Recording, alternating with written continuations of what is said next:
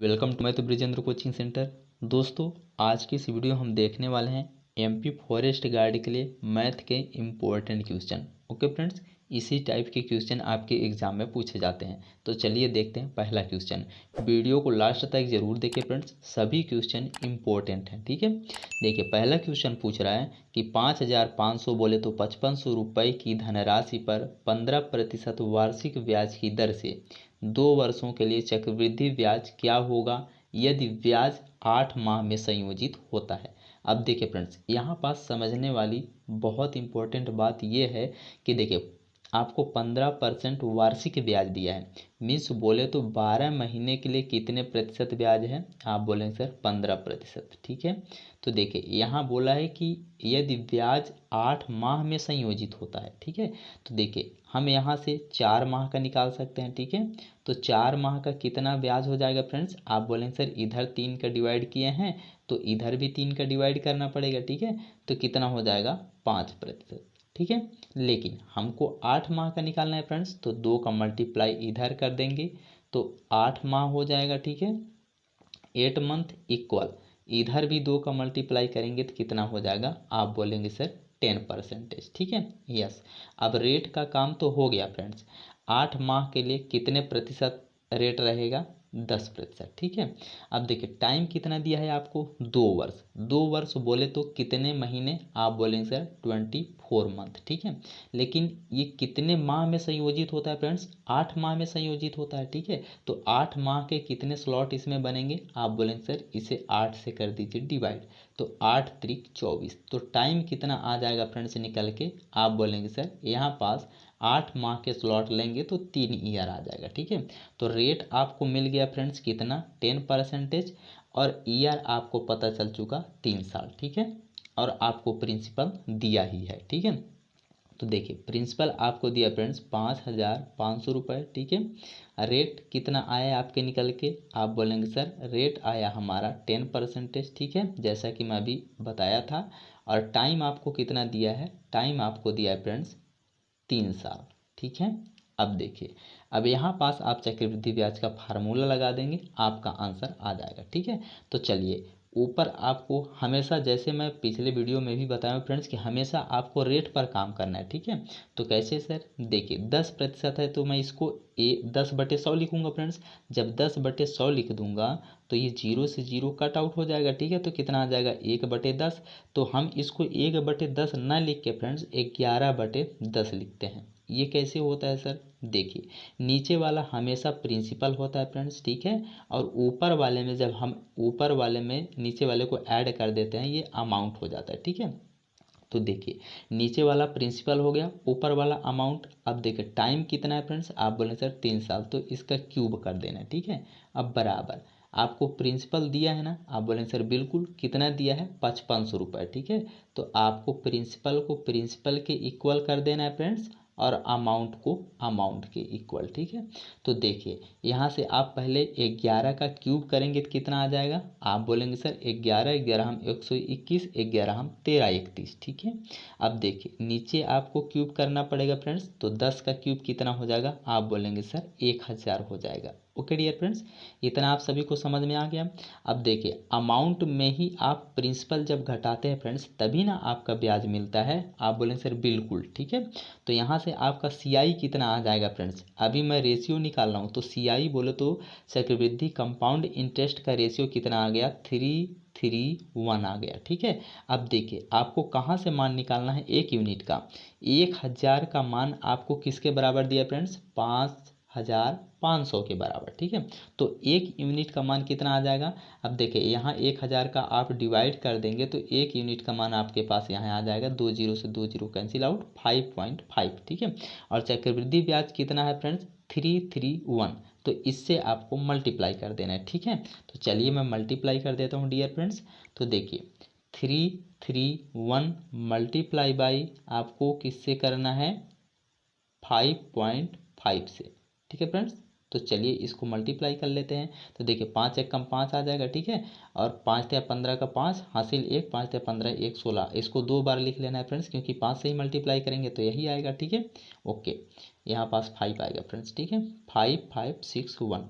Okay, चलिए यहाँ से निकाल लेते हैं। 5 आ जाएगा, 5 दूनी 10 का 0 आ जाएगा, हासिल 1 आ जाएगा, और 6 5 11, 1 12 का 2 आ जाएगा, हासिल 1, 6 1 7 1 8 आ जाएगा, और यहाँ 1 आ जाएगा। तो कितना आ गया फ्रेंड्स, देखिए 1820 आ गया। ठीक है, और एक छोड़ के पॉइंट था तो यहाँ पॉइंट लग जाएगा। ठीक है, तो 1820 रुपये और 5 बोले तो 50 पैसे। देखिए किस ऑप्शन में, ऑप्शन नंबर बी में। ठीक है, आपको ऑप्शन नंबर बी सही हो जाएगा। वो करिए फ्रेंड्स। आप बोलेंगे सर इतना समय लगेगा, फ्रेंड्स मैं आपको समझा रहा हूँ, अगर आप समझ जाएंगे तो ये क्वेश्चन बहुत इंपॉर्टेंट है, बहुत टफ लेवल का क्वेश्चन है। ठीक है, और इसी प्रकार के क्वेश्चन आपके एग्जाम में पूछे जाते हैं, तो मुझे समझाने में आपको इतना टाइम लग रहा है फ्रेंड्स, आप समझ जाएंगे तो इसको मुश्किल से आप 50 सेकंड भी नहीं लगाएंगे, 40-50 सेकंड के अंदर बना सकते हैं। ओके, अब देखेंगे अगला प्रश्न। देखिए फ्रेंड्स, नेक्स्ट क्वेश्चन है, एक खोखली गोलाकार गेंद है जिसकी बाहरी त्रिज्या 11 सेंटीमीटर है और गेंद की मोटाई 4 सेंटीमीटर है, तो गेंद का आयतन ज्ञात कीजिए।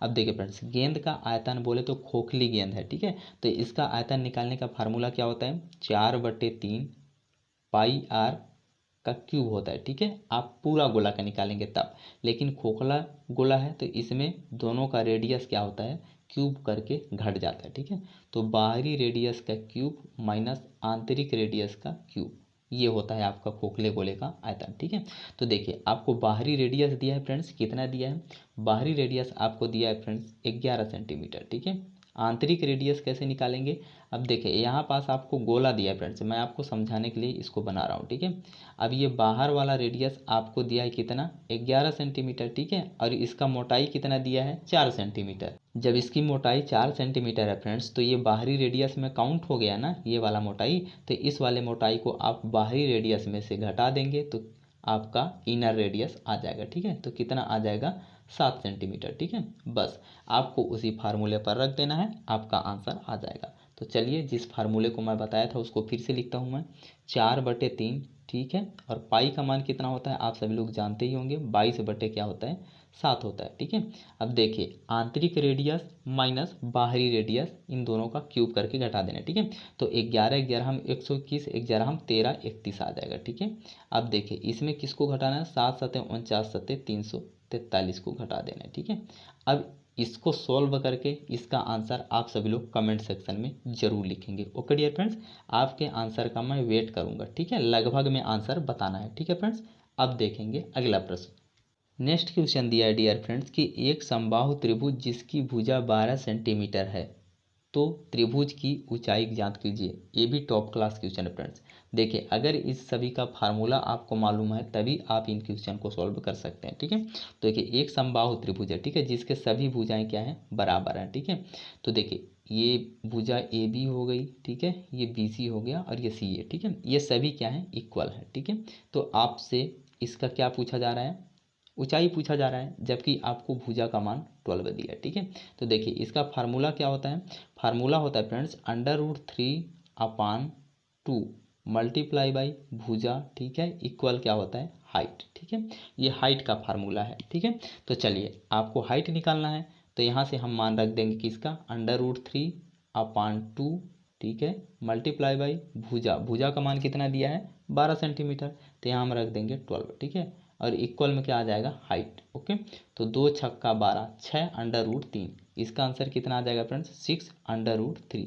देखिए किस ऑप्शन में, ऑप्शन नंबर ए आपका सही हो जाएगा। ठीक है, लेकिन आपसे अगर इसी क्वेश्चन में इस समबाहु त्रिभुज का एरिया पूछ लिया जाएगा फ्रेंड्स, तो आंसर आपको क्या बताना है। देखिए इसका एरिया का फार्मूला होता है √3/4 गुणे ए का स्क्वायर होता है। ए क्या है, भुजा है। ठीक है, और देखिए अगर इसी समबाहु त्रिभुज के आंतरिक त्रिज्या पूछ लिया जाए कि समबाहु त्रिभुज में बनने वाले या समबाहु त्रिभुज के अंदर बनने वाले बड़े से बड़े वृत्त की त्रिज्या क्या होगी, तो अंदर बनने वाला वृत्त का त्रिज्या बोले तो स्मॉल आर बराबर क्या हो जाएगा, अंडर रूट नहीं फ्रेंड्स, भुजा अपान 2√3।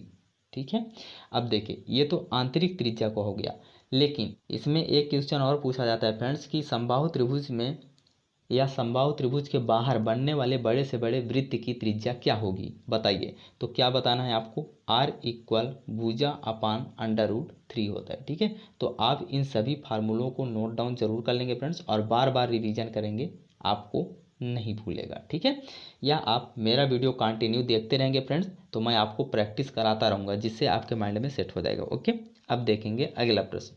देखिए फ्रेंड्स, नेक्स्ट क्वेश्चन है, यदि किसी समलंब चतुर्भुज के समांतर भुजाओं की लंबाई 23 सेंटीमीटर 29 सेंटीमीटर है तथा इसकी असमांतर भुजाओं दोनों बराबर हैं तथा 20 सेंटीमीटर है, तो इसकी असमांतर भुजाओं के मध्य बिंदुओं को मिलाने वाली रेखाखंड की लंबाई ज्ञात करें। टॉप क्लास क्वेश्चन है फ्रेंड्स। देखिए, इस प्रकार के क्वेश्चन को बहुत कम स्टूडेंट्स ही बना पाते हैं, और इसी प्रकार के क्वेश्चन को जो स्टूडेंट्स बनाते हैं उनका सिलेक्शन पक्का श्योर होता है। ठीक है, कैसे बनाएंगे सर, एक समलंब चतुर्भुज बनाए। ठीक है, तो दो समानांतर रेखा हैं, तो चलिए मैं दो समानांतर रेखा बना दिया। ठीक है, अब देखिए, अब दो भुजाएं हैं जो बराबर हैं। ठीक है, असमांतर जो भुजाएं हैं वो बराबर हैं। ठीक है, तो ये मैं दो असमांतर भुजा बना दिया। ठीक है, जिनकी लंबाई बराबर है, ये 20-20 सेंटीमीटर के हैं। ठीक है, अब देखिए, जो समांतर भुजा हैं उनकी लंबाई कितना दिया है, पहले का 23 सेंटीमीटर और दूसरे का 29 सेंटीमीटर। ठीक है, तो बोला जा रहा है कि दो असमांतर भुजाओं को मिलाने वाली रेखाखंड की लंबाई, मीन्स आपसे इस रेखाखंड की लंबाई पूछ रहा है। ठीक है, तो कैसे निकालेंगे सर, इस रेखाखंड की लंबाई निकालने के फ्रेंड्स आपको कुछ नहीं करना है, दोनों जो समानांतर भुजाएं हैं ना, उन दोनों को ऐड करके आपको आधा कर देना है। ठीक है, बोले तो ये वाली भुजा और ये वाली भुजा का मान ऐड करके 2 से डिवाइड कर देना है, आपको ये बीच वाले भुजा का मान निकल के आ जाएगा। ठीक है, तो चलिए कर लेते हैं फ्रेंड्स। यहाँ क्या करना पड़ेगा, 23 प्लस क्या करना पड़ेगा, 29। ठीक है, तो इसको जोड़ेंगे तो कितना आ जाएगा, देखिए 9 3 12 का 2 हासिल 1 2 दूनी 4 1 5। ठीक है, तो बटे क्या कर देंगे 2, तो देखिए डिवाइड हो जाएगा 26 दूना 52, तो कितना आ जाएगा 26। देखिए किस ऑप्शन में दिया है, ऑप्शन नंबर ए आपका सही हो जाएगा। ओके, देखिए बहुत इजी क्वेश्चन था, लेकिन आपको कंसेप्ट पता नहीं था। ठीक है, तो इस प्रकार के क्वेश्चन पूछे जाते हैं फ्रेंड्स, और पूछे ही जाएंगे। ठीक है, तो आपको इन सभी कंसेप्ट को नोट डाउन करके रखना है और बार बार रिवीजन करना है। ओके डियर फ्रेंड्स, अब देखेंगे अगला प्रश्न। और हाँ फ्रेंड्स, अगर वीडियो अच्छा लग रहा है, समझ में आ रहा है क्वेश्चन, तो प्लीज़ वीडियो को शेयर जरूर करेंगे। ओके डियर फ्रेंड्स, इससे हमारा कॉन्फिडेंस बढ़ता है और हम आपको और बेहतर तरीके से कंटेंट देने में सफल हो पाते हैं। ठीक है, तो चलिए अब देखते हैं अगला प्रश्न। नेक्स्ट क्वेश्चन है डियर फ्रेंड्स कि एक संख्या के 60% का 1/4 दूसरी संख्या की 20% के 2/5 भाग के बराबर है,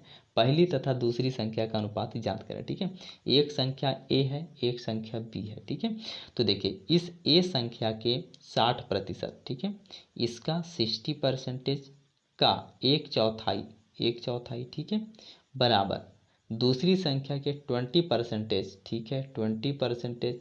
आगे देखिए फ्रेंड्स, आगे क्या बोला गया है, 20%, मैं इसको लिख देता हूँ फ्रेंड्स अच्छे से, 20% के 2/5 भाग के बराबर है, के 2/5 भाग के बराबर है, तो इन दोनों का रेशियो बताना है। ठीक है, तो चलिए यहाँ से परसेंटेज कैंसिल आउट हो जाएगा। ठीक है, और 20 तिहाई 60 हो जाएगा। ठीक है फ्रेंड्स, आगे देखिए इसको जब मल्टीप्लाई कर देंगे तो देखिए कितना आ जाएगा, ये ऊपर है फ्रेंड्स 3/4 होगा। ठीक है, चलिए मैं इसको लिख देता हूँ 3/4 इक्वल में कितना दिया है, आप बोलें सर इधर 2/5 दिया है। ठीक है, अब देखिए ये ए है, ये बी है। ठीक है, तो मैं इसको इस प्रकार लिख सकता हूँ फ्रेंड्स, A/B। ठीक है, अब उधर क्या होगा, 2/5 पहले से ही था फ्रेंड्स। ठीक है, इधर 3/4 जब उधर जाएगा तो 4 बटे का क्या हो जाएगा, 3 हो जाएगा। ठीक है, तो जब ये मल्टीप्लाई होगा फ्रेंड्स तो 4 दूनी 8 हो जाएगा, बटे 5 तिहाई 15, तो कितना आ जाएगा 8:15। देखिए किस ऑप्शन में दिया डियर फ्रेंड्स, आप बोलेंगे सर ऑप्शन नंबर सी हमारा सही हो जाएगा। ओके, आई होप, मैं उम्मीद करूंगा फ्रेंड्स कि ये क्वेश्चन भी आप सभी को बहुत अच्छे से समझ में आ गया होगा। ओके, अगर समझ में आ गया फ्रेंड्स तो वीडियो को थम्स अप करके जरूर बता दें। ठीक है, अब देखेंगे अगला प्रश्न। देखिए फ्रेंड्स, नेक्स्ट क्वेश्चन है, निर्देशांक ज्यामिति से प्रश्न पूछा गया फ्रेंड्स कि एक त्रिभुज का क्षेत्रफल ज्ञात कीजिए जिसकी शीर्ष निम्न है। देखिए बहुत इंपॉर्टेंट क्वेश्चन है फ्रेंड्स, ये लॉन्ग टर्म बोले तो हार्ड पेपर में इस प्रकार के क्वेश्चन पूछे जाते हैं। ठीक है, लेकिन इसको मैं आपको सिर्फ 10 सेकंड के अंदर बनाने के लिए बताऊंगा। ठीक है, इसके 3 शीर्ष हैं, 4 और 5, 7 और 8, 11 और 13। देखिए ठीक है, तो इसका फार्मूला क्या होता है, फार्मूला अगर लिखेंगे तो 1/2 होता है फ्रेंड्स। ठीक है, आप नोट डाउन कर लें। ठीक है, देखिए मैं फार्मूले पर भी बता सकता हूँ और इसका ट्रिक भी बताऊंगा, तो आप ट्रिक से सॉल्व करिए, बहुत जल्दी आंसर आएगा। ठीक है, तो ये x1 होता है। ठीक है, फिर यहाँ y2 माइनस y3 होगा। ठीक है, इसी प्रकार से यहाँ प्लस होगा। ठीक है, यहाँ x2 होगा। ठीक है, फिर यहाँ y3 माइनस y1 होगा। ठीक है फ्रेंड्स, फिर ये बंद होगा, कोष्टक बंद होगा। इसके बाद फिर से यहाँ प्लस होगा। ठीक है, इसके बाद कोष्टक स्टार्ट नहीं होगा, यहाँ x3 होगा। ठीक है, और फिर कोष्टक स्टार्ट होगा, फिर y1 माइनस y2 होगा। ओके फ्रेंड्स, और ये कोष्टक बंद, ये बड़ा वाला कोष्टक बंद। ठीक है, इसी फार्मूले पर आप मान रखेंगे, आपका आंसर आ जाएगा। आपका ये वाला x1 होता है फ्रेंड्स, और ये y1 होता है। ठीक है, और यहाँ x2 होगा, और यहाँ y2 होगा। ठीक है, और यहाँ x3 होगा, तो यहाँ y3 होगा। ठीक है, अब देखिए आपको करना क्या है, कुछ नहीं करना है फ्रेंड्स। आपको क्या दिया है, शीर्ष 3 शीर्ष दिए हैं, कौन कौन, 4 और 5। ठीक है, दूसरा शीर्ष दिया आपको 7 और 8। ठीक है, तीसरा शीर्ष दिया है आपको 11 और 13। ठीक है, किसी एक शीर्ष को आपको जीरो कर देना है फ्रेंड्स। ठीक है, कैसे सर, देखिए अगर इस 4 में से मैं 4 घटा दूं और इस 5 में से मैं 5 घटा दूं तो ये जीरो हो जाएगा ये पोर्शन। आप बोलेंगे सर बिल्कुल, तो देखिए x में से आप 4 घटा रहे हैं, y में से 5 घटा रहे हैं, तो सभी में करना पड़ेगा। तो चलिए इधर कर लेते हैं, तो इधर भी आपको 4 घटाना है और इधर 5 घटाना है, इधर 4 घटाना है, इधर 5 घटाना है। ठीक है, तो देखिए 7 में से 4 घटेगा तो कितना आ जाएगा, 3 आ जाएगा। 8 में से 5 घटेगा तो कितना आ जाएगा, 3 आ जाएगा। ठीक है, अब 11 में से 4 घटेगा तो कितना आ जाएगा, हाँ बोलेंगे सर 7 आ जाएगा। और यहाँ 13 में से 5 घटेगा तो कितना आ जाएगा, 8 आ जाएगा। ठीक है, बस आपको कुछ नहीं करना है, आप बाहर का बाहर के साथ मल्टीप्लाई, अंदर का अंदर के साथ मल्टीप्लाई, और दोनों को क्या कर देना है, घटा देना है। ठीक है, तो देखिए 3 अठे 24, तो यहाँ आ जाएगा 24 माइनस, अब अंदर का अंदर मल्टीप्लाई, 3 सत्ते 21। अब दोनों को बाहर का बाहर मल्टीप्लाई करके और अंदर का अंदर मल्टीप्लाई करके घटा देंगे फ्रेंड्स, और 2 से डिवाइड कर देना है। ठीक है, तो देखिए कितना आ गया, 3, ऊपर 3 आ गया, बटे क्या आ गया, 2, तो कितना आ जाएगा इसका एरिया, 3/2। तो देखिए किस ऑप्शन में दिया है, ऑप्शन नंबर सी आपका सही हो जाएगा। ओके, आई होप, मैं उम्मीद करूंगा फ्रेंड्स कि ये कंसेप्ट आप सभी को बहुत अच्छे से समझ में आ गया होगा। ओके फ्रेंड्स, और हाँ फ्रेंड्स, अगर वीडियो अच्छा लगा हो तो फ्रेंड्स वीडियो को ज़्यादा से ज़्यादा शेयर जरूर करेंगे। ओके, और हाँ वीडियो को थम्स अप जरूर कर देंगे फ्रेंड्स, इसी से हमको पता चल पाएगा कि आपको क्वेश्चन समझ में आ रहे हैं। Okay, take care, love you, मिलते हैं अगले वीडियो में, तब तक के लिए आप सभी का आशीर्वाद, जय हिंद।